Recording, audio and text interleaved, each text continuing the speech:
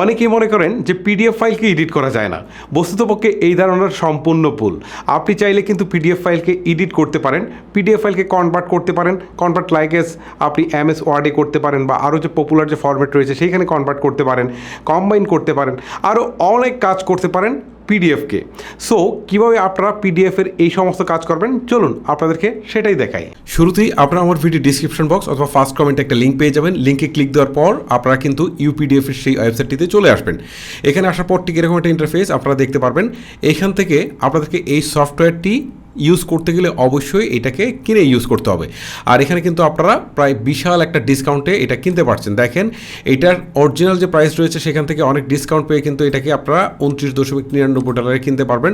ঠিক আছে, তারপরে হচ্ছে এখান থেকে দেখেন পরের ভার্সনটাও কিন্তু একই অবস্থা। ওকে, আর এই পেইড ভার্সনগুলোতে আপনারা কী কী ফ্যাসিলিটিস পাচ্ছেন সেগুলো কিন্তু সব এখানে দেওয়া রয়েছে। ওকে, এটাকে আপনারা ডাউনলোড করে জাস্ট ইনস্টল করে নেবেন। তবে আমি আপনাদেরকে প্রসেসটা দেখাচ্ছি না, সেটা কিন্তু খুবই ইজি। ওকে, সফটওয়্যারটিকে ইনস্টল করে ওপেন করার পর ঠিক এরকম একটা ইন্টারফেস শো করছে। এখন আমাদেরকে একটা পিডিএফ ওপেন করতে হবে। সো ওপেন ফাইল এখানে ক্লিক দেবো। ক্লিক দেওয়ার পর হচ্ছে এখান থেকে জাস্ট একটা ফাইল ওপেন করে নিলাম। ফাইলটা ওপেন করলাম। এখন কথা হচ্ছে যে এইটা দিয়ে কিন্তু আপনারা পিডিএফ ওপেনও করতে পারেন বা পিডিএফ রিডও করতে পারেন। আলাদা করে পিডিএফ রিড করার জন্য কোনো সফটওয়্যার ইনস্টল করার প্রয়োজন নেই। ওকে, আর এই সফটওয়্যারের একটা মজার বিষয় হচ্ছে এতে এআই কাজ করে। দেখাই আমি আপনাদেরকে। এখানে দেখেন কমেন্ট নামে একটা অপশন রয়েছে। এখানে যদি আমরা ক্লিক দিই, ক্লিক দেওয়ার পর হচ্ছে আমরা যদি কোনো একটা অংশ বা হচ্ছে কোনো একটা প্যারাগ্রাফ যদি আমরা সিলেক্ট করি, সিলেক্ট করার পর নিচের দিকে দেখেন এক্সপ্লেন নামে একটা অপশন রয়েছে। ওকে, এখন যদি এটাকে আমি সামারি করতে চাই, ওকে, সামারিতে ক্লিক দিই, তাহলে এআই দেখেন কিছুক্ষণের মধ্যে আমাকে কিন্তু এটা একটা সামারি করে দিয়ে দিবে। এবারে আমরা পরের ফিচারটাতে যাই। এখানে যদি আমি ক্লিক দিই, এখন যদি ট্রান্সলেটে ক্লিক দিই, ক্লিক দেওয়ার পর যদি আমি এই ল্যাঙ্গুয়েজটাকে ধরেন ইটালি করব, সো এখানে ক্লিক দিলাম। ক্লিক দিয়ে এখন আমি জেনারেটে ক্লিক দিই, কিছুক্ষণের মধ্যে এটা কিন্তু ট্রান্সলেট হয়ে যাবে। দেখেন ইটালিয়ানে এটা কিন্তু অলরেডি ট্রান্সলেট হয়ে গেছে। এখন যদি আমি আবার এখানে ক্লিক দিয়ে জাস্ট হচ্ছে এই টেক্সটটা এক্সপ্লেন করতে চাই, তাহলে এক্সপ্লেনে দিয়ে যদি আমি জেনারেটে ক্লিক দিই, তাহলে এটাকে কিন্তু সে এক্সপ্লেন করে দিবে আমাকে। ওকে, আপনারা দেখতে পাচ্ছেন অলরেডি কিন্তু এক্সপ্লেনও সে করে ফেলেছে। ওকে, এখন এটা আর কী কী ফিচার রয়েছে দেখেন। এটাকে যদি আমি সিলেক্ট করি, সিলেক্ট করে যদি আমি এটাকে হাইলাইটস করতে চাই, হাইলাইটস করতে পারি। এটাকে যদি আমি নিচের দিকে বর্ডার দিতে চাই, সেটাও কিন্তু আমি দিতে পারি। তারপর যদি আমি আন্ডারলাইন করতে চাই, তাহলে এটা সিলেক্ট করে আমি কিন্তু আন্ডারলাইন করতে পারছি। ওকে, তারপর আমি যদি পেন্সিল দিয়ে মার্ক করতে চাই কোনো কিছু, তাহলে কিন্তু এখানে মার্কও করতে পারি। আবার ইরেজার দিয়ে কিন্তু এটাকে আমি কেটেও ফেলতে পারি। ওকে, তারপর যদি এখান থেকে রেক্টেঙ্গেল কোনো শেপ আমি এখানে বসাতে চাই, তাহলে কিন্তু এটা শেপও বসাতে পারি।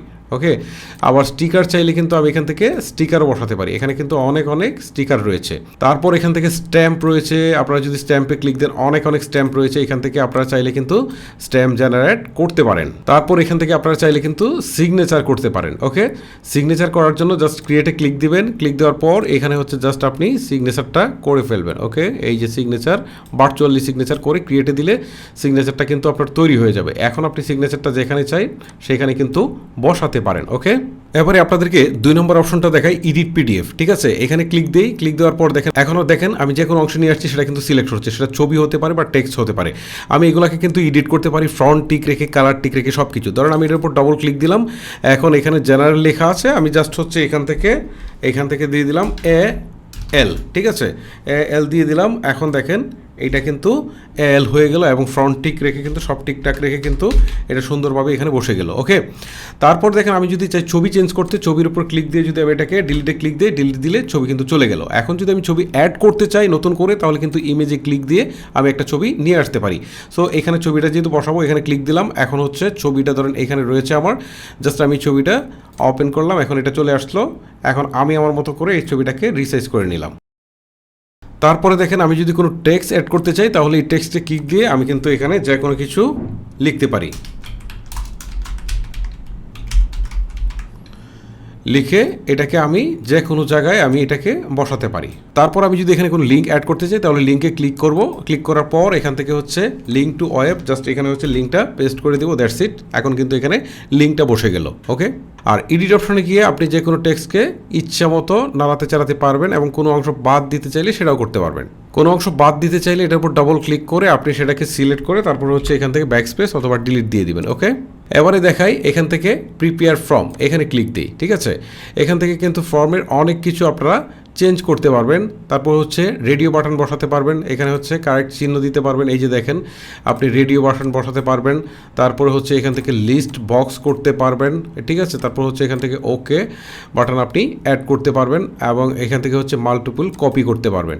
তারপরের অংশটা হচ্ছে অর্গানাইজ পেপার। এখানে যদি আপনি ক্লিক দেন তাহলে আপনার যদি অনেকগুলো পিডিএফ থাকে এগুলো কিন্তু আপনি ড্র্যাগ করে একটা একটা করে আপনি অর্গানাইজ করতে পারেন। ধরুন শেষেরটাকে আমি একদম 2 নম্বরে নিয়ে আসতে পারছি, আবার এই প্রথমটাকে আমি চাইলে কিন্তু মাঝখানে নিয়ে যেতে পারছি।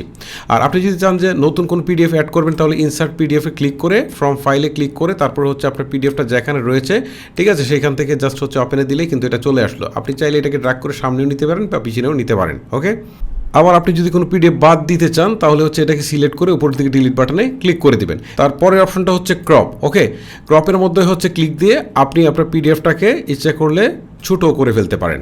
ওকে, ক্রপ করা হয়ে গেলে উপরের দিকে ক্রপ বাটনে একটা ক্লিক করে দিবেন। তারপরের অপশনটা হচ্ছে পেজ টুল, এখানে ক্লিক করবেন। ক্লিক করার পর এখান থেকে কিন্তু আপনি চাইলে ওয়াটারমার্ক বসাতে পারেন। এই যে আমি ওয়াটারমার্ক বসিয়ে দিলাম এবং এটার পজিশনও কিন্তু আমি চেঞ্জ করে নিতে পারছি। ওয়াটারমার্কের জায়গায় কিন্তু আমি চাইলে ছবিও বসাতে পারি। তারপর ব্যাকগ্রাউন্ডে ক্লিক দিয়ে আমি চাইলে কিন্তু এখান থেকে ব্যাকগ্রাউন্ডের কালার দিতে পারি বা ব্যাকগ্রাউন্ডে কিন্তু আমি ছবিও বসাতে পারি।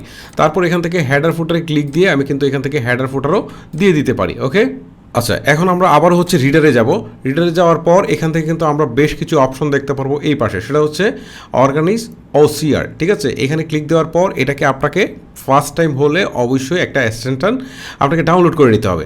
এখন দেখেন এখান থেকে সার্চেবল পিডিএফে যদি আপনি এটাকে নিতে চান তাহলে কিন্তু নিতে পারেন। ইমেজ অনলি পিডিএফে যদি নিতে চান সেটাও কিন্তু আপনি এখান থেকে নিতে পারেন। ওকে, এই ফিচারটা কিন্তু বেশ চমৎকার। তারপরে একটা ফিচার রয়েছে, এটা কিন্তু অনেক কাজের, আর এটা হচ্ছে এক্সপোর্ট। এই এক্সপোর্টে যদি আপনি ক্লিক দেন তাহলে এখান থেকে দেখতে পারবেন MS Word, PowerPoint, Excel বা অন্যান্য পপুলার যে ফরম্যাটগুলো রয়েছে সেইগুলো, ঠিক আছে। আপনি চাইলে এই পিডিএফটাকে কিন্তু ওয়ার্ডে কনভার্ট করে ফেলতে পারেন। আমি ধরুন ওয়ার্ডে কনভার্ট করবো, সো ওয়ার্ডে ক্লিক করলাম। ক্লিক করার পর এখন যদি আমি এখান থেকে এক্সপোর্ট দেই, লোকেশনটা জাস্ট হচ্ছে আমি এখান থেকে সিলেক্ট করে দিই, আমি যদি ফাইলটা রিনেম করে সেভে দেই তাহলে আপনারা দেখবেন যে কিছুক্ষণের মধ্যে এটা কিন্তু কনভার্ট হয়ে যাচ্ছে। ওকে, আপনারা দেখতে পাচ্ছেন আমার এটা কিন্তু কনভার্ট হয়ে গেছে। এখন যদি আমি এখানে ডাবল ক্লিক করি তাহলে আপনারা দেখবেন যে এইটা কিন্তু এই যে দেখেন এমএস ওয়ার্ডে কিন্তু এটা ওপেন হয়েছে। ওকে, বিষয়টা খুবই ইন্টারেস্টিং। তারপরের যে অপশনটা সেটা হচ্ছে প্রোটেক্ট ইউজিং পাসওয়ার্ড। এখানে ক্লিক করে আপনারা চাইলে কিন্তু এটাকে পারমিশনে ক্লিক দিয়ে আপনারা কিন্তু পাসওয়ার্ড দিয়ে এটাকে সেট করে রাখতে পারেন। তারপরের অপশনটা হচ্ছে শেয়ার। আপনি যদি এখানে ক্লিক দেন তাহলে কিন্তু এই পিডিএফটাকে সরাসরি এখান থেকে আপনারা কিন্তু লিঙ্ক যে কারোর কাছে শেয়ার করে দিতে পারেন। ওকে, তারপরের অপশনটা বলছে সেন্ড ফাইল বাই ইমেল, মানে এইখান থেকে কিন্তু আপনি সরাসরি ইমেলে চলে যেতে পারবেন ফাইলটাকে নিয়ে এবং আপনি এখান থেকে কিন্তু এটাকে সেন্ড করে দিতে পারবেন। সর্বশেষ অপশনটা হচ্ছে সেভ এজ আদার। ওকে, এখন কথা হচ্ছে আপনি যতক্ষণ ফাইলটা নিয়ে কাজ করেছেন সেটাকে যদি আপনি সেভ করতে চান তাহলে কিন্তু এখান থেকে আপনি সেভ দিলেই জাস্ট এই ফাইলটা কিন্তু সব ঠিকঠাক থাকবে, ফাইলের নামও ঠিক থাকবে, জাস্ট হচ্ছে এখান থেকে এটা সেভ হয়ে যাবে। আর এখানে যদি আপনি ক্লিক দেন তাহলে আরেকটা জিনিস দেখতে পারবেন, রিডিউস ফাইল সাইজ। আপনি যদি চান যে আপনার ফাইলের সাইজটা অনেক বড় হয়ে গেছে, আপনি একটু কমাবেন, তাহলে কিন্তু এখান থেকে এটাকে কমাতে পারেন, ঠিক আছে। মিডিয়াম আছে, হাই আছে, তারপর হচ্ছে লো আছে। সো আপনি চাইলে এগুলাকে সহজে কমিয়েও ফেলতে পারবেন এখান থেকে। ওকে, এখন আমি এটাকে সেভ দিয়ে দিলাম। এখন কিন্তু ফাইলটা সেভ হবে আরও কমপ্রেস হয়ে, মানে ফাইলের সাইজটা আরও কম হয়ে যাবে। মূলত ইউপিডিএফ সফটওয়্যারটুকু আমার কাছে যথেষ্ট ভালো লেগেছে, কারণ এটা দিয়ে অনেক কিছুই করা যাচ্ছে, মানে একটা সফটওয়্যার দিয়ে আপনি চাইলে অনেক কিছুই কিন্তু করতে পারেন। গাইজ, ভিডিওটা লেন্দি করবো না, আজকের মতো এখানে শেষ করবো। সবাই ভালো থাকবেন, সুস্থ থাকবেন, আল্লাহ হাফেজ।